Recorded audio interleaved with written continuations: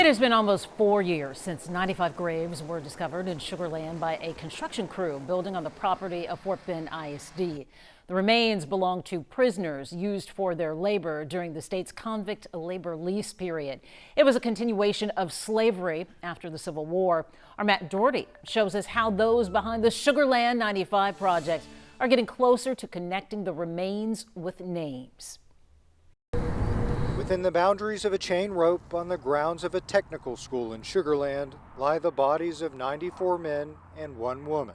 Because it allows us to shed light on a much larger part of a lesser known point in history. Inside the James Reese Career and Technical Center, a new exhibit which tells a story that until 4 years ago received little attention. This is history unfolding. When the Civil War ended and slaves were freed, the plantation system was ruined. Without free labor to work the sugarcane fields of Fort Bend County, a new plan was devised wherein Texas prisoners were forced to work the land, rented to the cash crop farms. The majority of the convict laborers were black, and many of them had been convicted of committing questionable, if not totally fabricated, crimes. The leg was amputated in the field.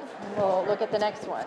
Life on the prison farms was brutal, and many of the prisoners died not long after they arrived. And if you see the stripes on that bone, you can see that those are actually the cut marks from the saw. Researchers with the Sugar Land 95 project are matching the remains with old Texas prison records. This one is a likely match. 60-year-old Sebi Frosch was convicted in Washington County of theft and sentenced to work on the prison farm. In April of 1882, he escaped, but was recaptured. Prison records show Frosch died a few months later from an infection after his leg was amputated. They're the pieces of metal from a bullet or a buckshot. The researchers have learned he was wounded by a shotgun as well.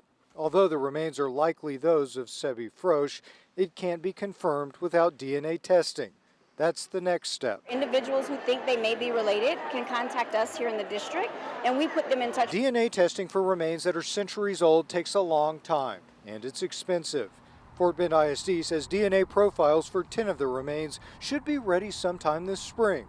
It'll take the project one step closer to finally giving these unmarked, forgotten graves headstones. Headstones with names. In Sugar Land, I'm Matt Doherty, KHOU 11 News.